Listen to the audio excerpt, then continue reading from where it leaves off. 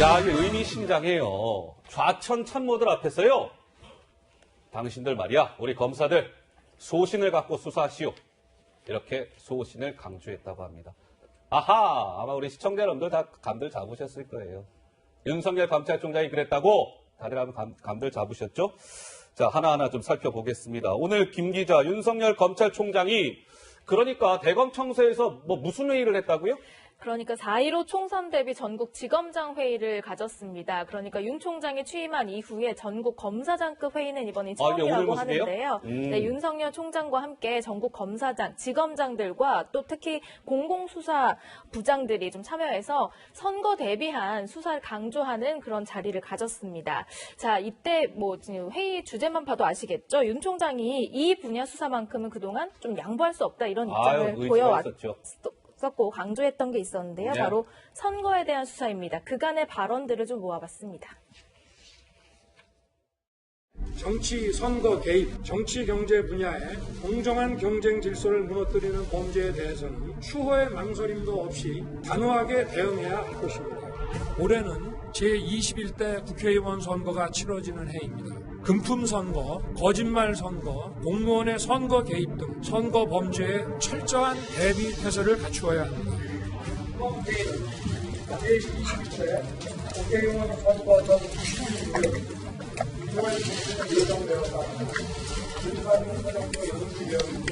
여러분 한 분 한 분이 우리나라 헌법 질서를 지키는 헌법 수호자라는 점을 명심하시고 선거 범죄에 엄정하고 단호하게 대처함으로써 선거에서 공정한 경쟁 질서를 확립하는 데 만전을 기해 주시길 부탁드립니다. 자, 윤석열 검찰총장 오늘 4.15 총선을 앞두고 전국 지검장 회의를 주재했습니다. 그러고 보니까요. 선거가 이제 며칠 남았냐. 정말 언제 얼마 안 남았더군요. 65일 남았습니다. D-65일. 이제 2달 조금 넘게 남겨두고 있는 것이죠. 그러니까 이제 전국의 검사장들을 소집해서 저 위에 보이시죠? 전국 지검장 및 선거 담당 뭐라고 적혀 있었죠? 부장검사회의. 부장검사회의. 그래서 오늘 소집을 했습니다. 그런데 그래픽 좀 주세요. 오늘 윤 총장이 이렇게 얘기했습니다. 선거 범죄에 대한 엄정한 수사는 정치 영역에서 공정한 경쟁 질서를 확립하고 우리 헌법 핵심인 자유민주주의 본질을 지키는 겁니다.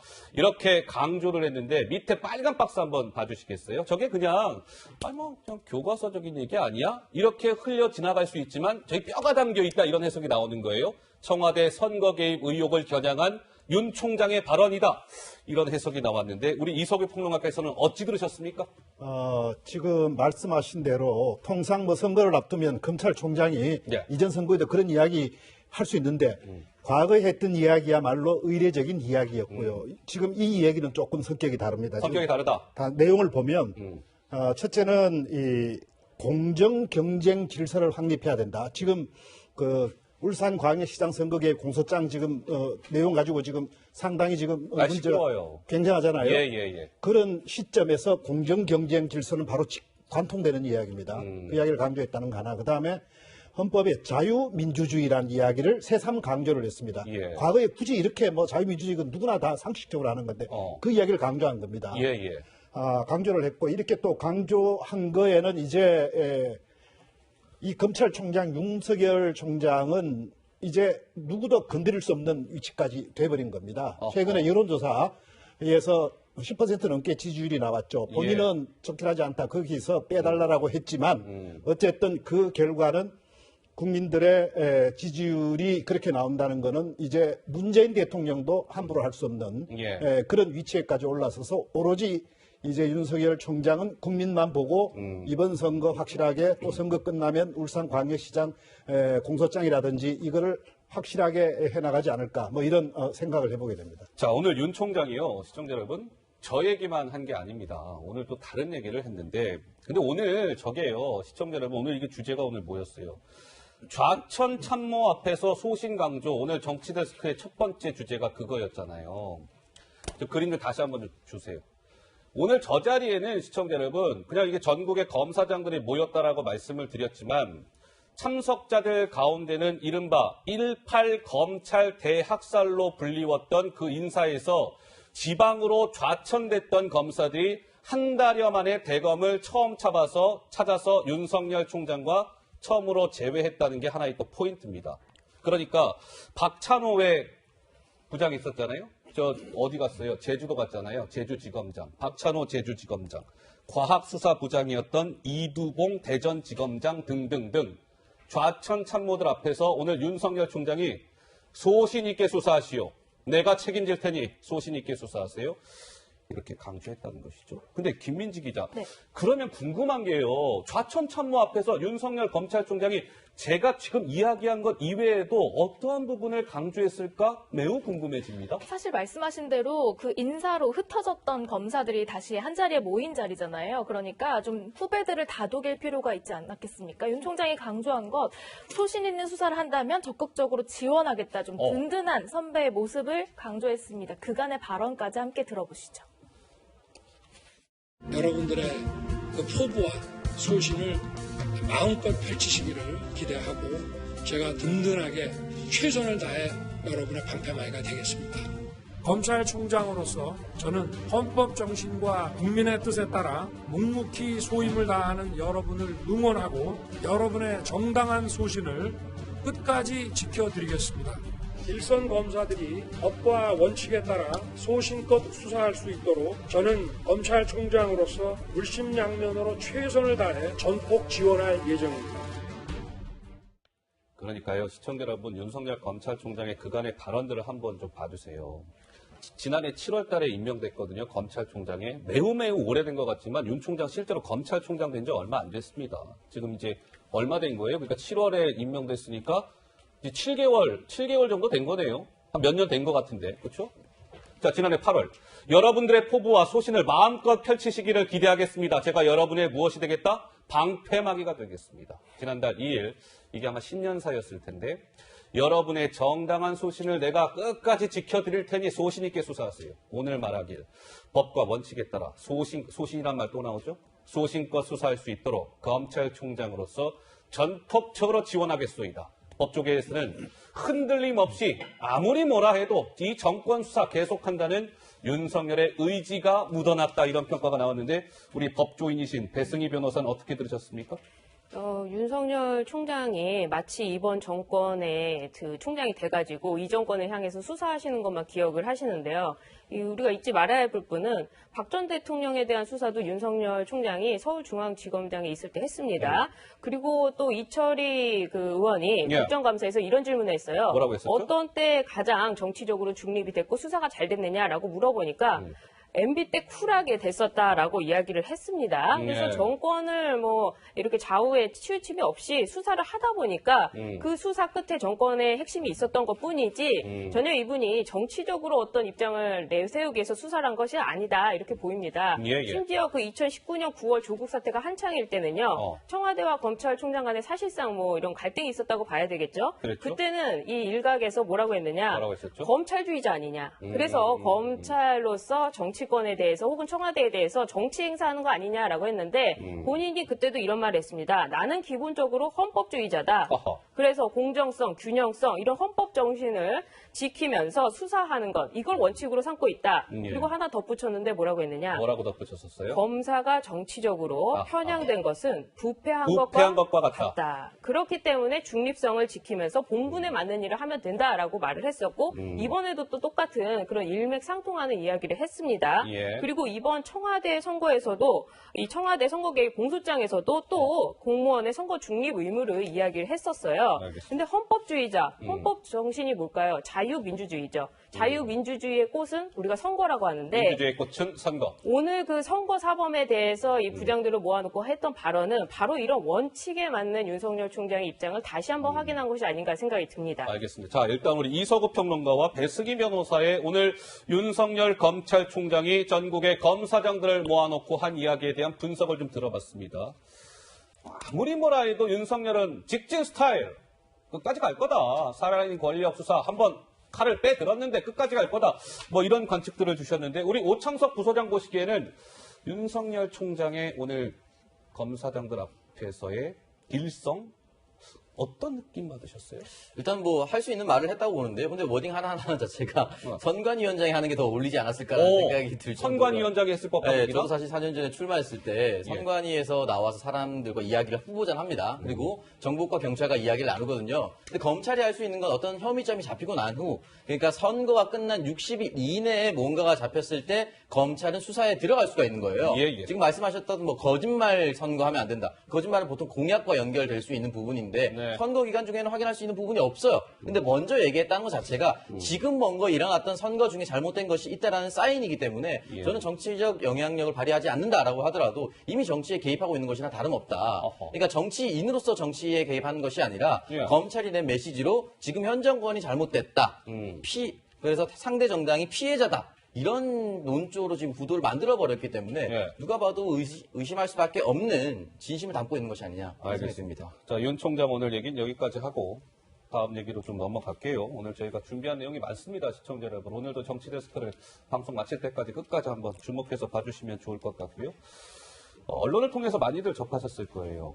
민주사회를 위한 변호사 모임, 민주사회를 위한 변호사 모임. 보통 우리가 그냥 약칭으로 민변 이렇게 부르죠.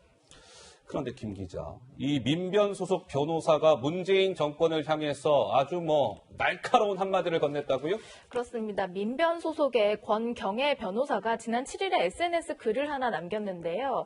아시는 바와 같이 민변은 약간 진보 성향 변호사들의 모임이라고 이제 평가가 나 있는데 이렇게 알려진 사실? 이런 얘기가 써 있었습니다. 검찰의 이번 공소장 내용은 대통령의 명백한 탄핵 사유고 형사처벌 사안이다. 그리고 대통령을 그분이라고 칭하면서 가타부타 말도 없다. 이곳은 왕정이거나 입헌 군주제 국가인가? 라고 하면서 조금 날선 비판을 하는 글을 올렸습니다. 수위가 센데요? 야당 또한 오늘 이 부분을 집중 공격했습니다. 직접 들어보시죠.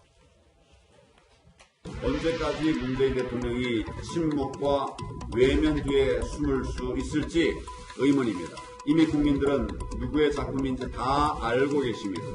오죽하면 참여연대와 민변 소속의 권경애 변호사도 선거 범죄라고 했겠습니다. 문재인 대통령은 지금 입을 다물고 있는데 국민은 대통령의 설명을 요구하고 있습니다. 이제 국민 앞에 이실직고 하십시오. 이 추악한 사건이 범부의 핵심인 청와대에서 주도 면밀하게 이루어진 만큼 대통령이 직접 나서서 설명해야 할 시간입니다. 자, 이 권경애 변호사 민변 소속이고요. 굉장히 좀 수위가 셉니다. 사실은. 검찰 공소장 내용이 지난주 금요일 날 동아일보를 통해서 다 전격 공개가 됐죠. 71페이지. 아직도 그 www.동아닷컴 들어가시면 시청자 여러분들 공소장 71페이지 전문 다 확인하실 수 있습니다. 어쨌든 검찰의 공소장 내용은 대통령의 명백한 탄핵 사유이고 형사처벌 사안입니다. 그분은 가타부타 이런 방구도 없어요. 이것은 왕정이거나 입헌 군주제 국가인가요? 이렇게 일갈했는데 민변 소속의 권경애 변호사라는 거에 우리가 좀 주목해야 될 것 같고요. 공소장을 한번 들여다 보겠습니다. 공소장 71페이지예요. 수십 번 등장한 단어가 있었습니다. 세 글자 대통령. 청와대 선거 개입 공소장에 대통령이라는 단어가 몇 번 등장했다? 정확히 31번 등장했습니다. 실제로 문재인 대통령을 의미하는 부분도 몇 곳이 있었다? 8곳이 있었습니다. 검찰이 문재인 대통령의 책임을 간접적으로 명시하고 있다. 이런 얘기인데요. 조금 전에 여의도 정치권의 목소리도요. 이제 프레임이 약간 바뀝니다. 그동안의 야권의 주장은 청와대가 불법적으로 선거에 개입한 건 아닙니까? 이거 민주주의에 꽂힌 선거를 부정하게 청와대가 스스로 나서서 치른 것 아닙니까? 이거였다면 이제 야당에서는 문재인 대통령을 구체적으로 지명하고 나섰습니다. 황교안 대표, 심재철 원내대표, 유이동 책임대표 등등. 우리 이석우 평론가는 어떻게 보셨습니까? 예, 이 정도의 구체적인 사안까지 나왔다면 답을 어떤 형태로든지 해야 됩니다. 왜냐하면은 지금 대통령이란 단어가 31번 나왔지 않습니까? 예. 이거는 당연히 대통령이 거기에 대해서 해명을 해야죠. 근데 답을 안 한다? 그건 시인하는 거 아니겠습니까? 시인하고 할 말이 없는 거겠죠. 결국은 앞으로 이것을 어떻게 무마할 것인가 아마 그런 생각만 하는 모양인데요. 예. 제가 하나 좀 예를 들어드리겠습니다. 어떤 예를 들어주시겠습니까? 노무현 대통령이 선거 중립 의무 위반으로 탄핵되지 않았습니까? 그때 이유가 그겁니다. 우리 여당이 좀 많이 됐으면 좋겠다. 이것 때문에 탄핵됐습니다. 박근혜 대통령 공천 개입했다고, 뭐 그 실체가 분명히 드러나진 않지만 공천 개입했다고 해서 어쨌든 그걸로 징역 2년을 받았습니다. 그런데 문재인 대통령은 공천 개입 정도가 아니라 아이쿠야. 그 광역시 자치단체장을 여러 가지 공작에 의해서 만든 걸로 굉장히 혐의가 짙습니다. 예. 그러면 앞에 노무현 대통령의 사안이 1이면 박근혜 대통령 사안이 10입니다. 예. 그러면 이 공소장이 없는 이야기를 검찰이 함부로 쓸 수 없다. 이거를 인정을 어느 정도 한다면 이건 100입니다. 허허. 그럼 앞에 박근혜 대통령,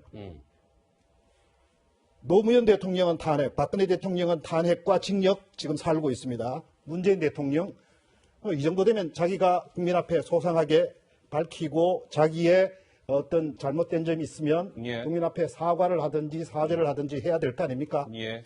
자, 어쨌든 뭐 지금 이 청와대의 선거 개입, 울산시장 선거 개입 의혹은 검찰의 수사가 일단락되어 있는 상황이에요. 그러니까 검찰은 수사를 지금 수개월 벌여왔고 그것을 공소장으로 말하고 있는 겁니다. 우리가 수사해 보니까요. 71페이지에 쭉 담아놓은 거예요. 이러한 점이 좀 이상한데요.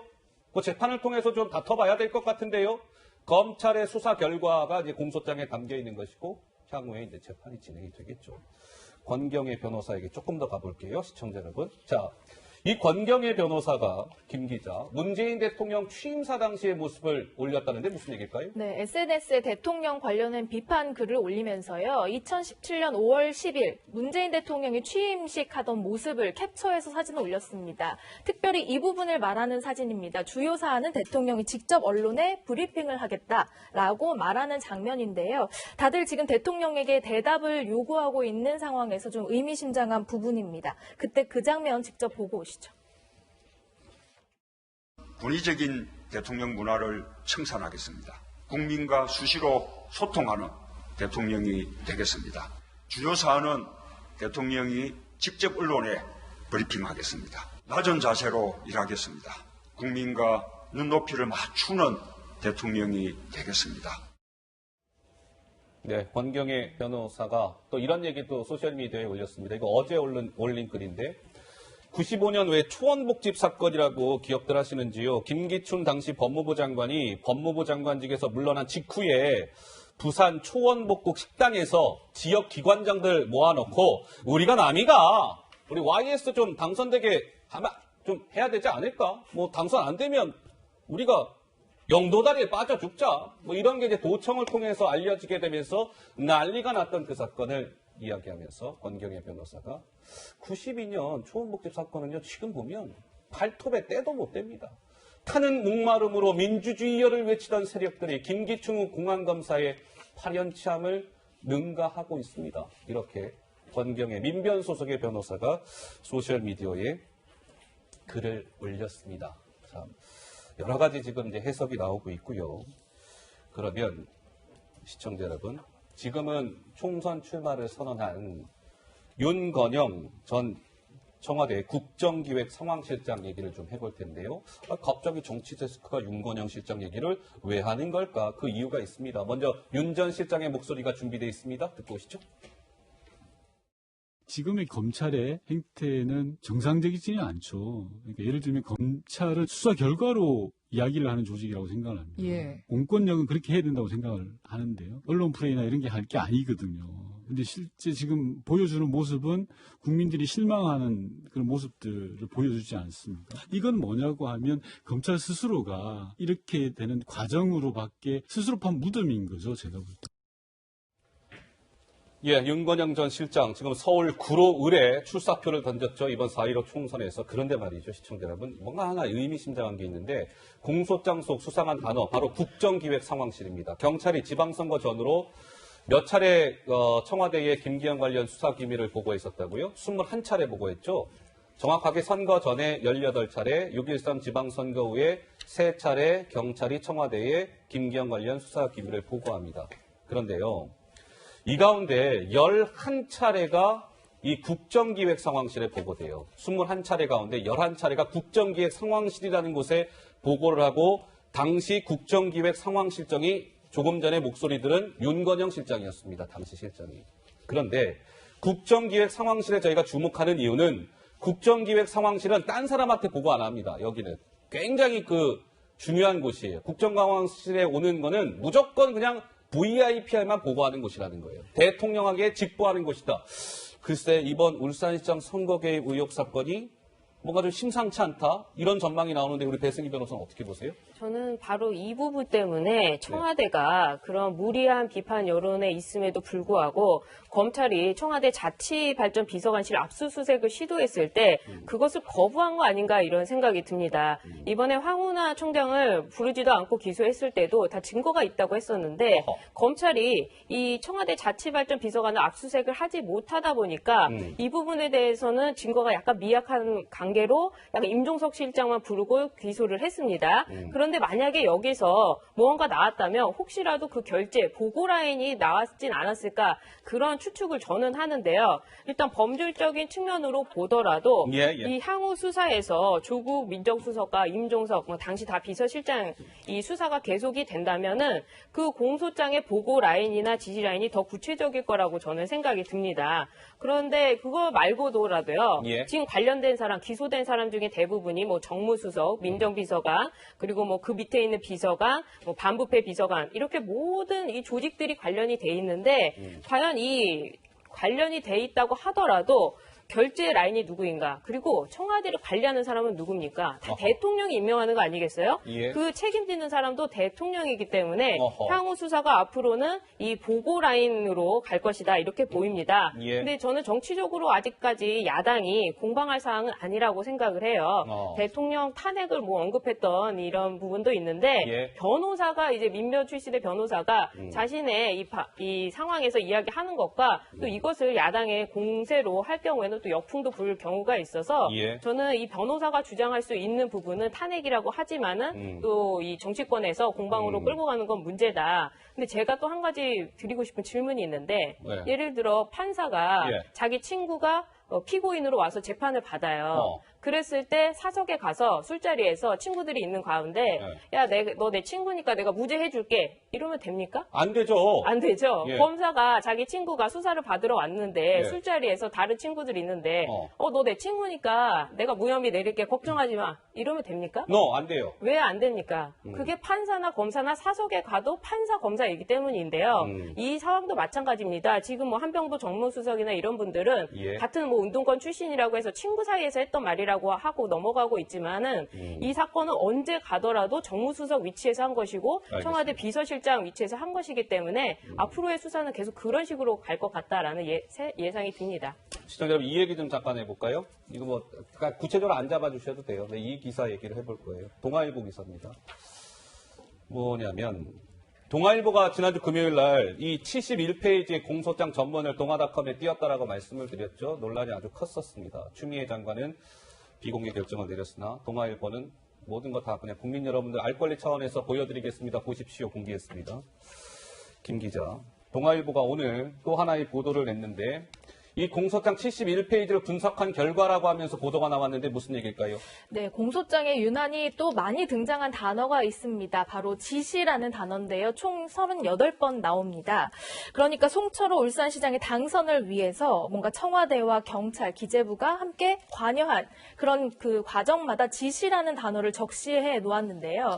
일단 하명 수사 의혹과 관련해서는 가장 많은 32번, 뭐 공약 지원과 관련해서는 2번, 경쟁 후보 회유 관련해서는 1번 이렇게 했는데 특히 하명 수사 의혹에서는 위법적인 공무 관계를 뭔가 강조하기 위해서 윗선에서 개입과 관여 이런 단어 대신에 지시라는 표현을 사용하면서 뭔가 위법성을 강조하려고 했던 것 아니냐 이런 해석이 나오고 있습니다. 이게요, 시청자 여러분 의미심장한 거죠. 지시라는 것은 어디 상급 기관에서 밑에 지시하는 건데 검찰의 판단은 가장 그 지시를 할 수 있는 가장 위라고 할 수 있는 청와대의 지시를 통해서 착착착착 이 선거 개입이 이루어진 것 아닐까라는 게 이제 검찰의 판단인 건데요. 이 지시라는 공소장에 이 지시라는 단어가 38차례 적혀져 있는데 그중에 가장 많이 차지하고 있는 부분 하명 수사와 관련해서 32회가 지시라는 이 단어로 이렇게 나와 있단 말이에요. 이거 한번 보세요.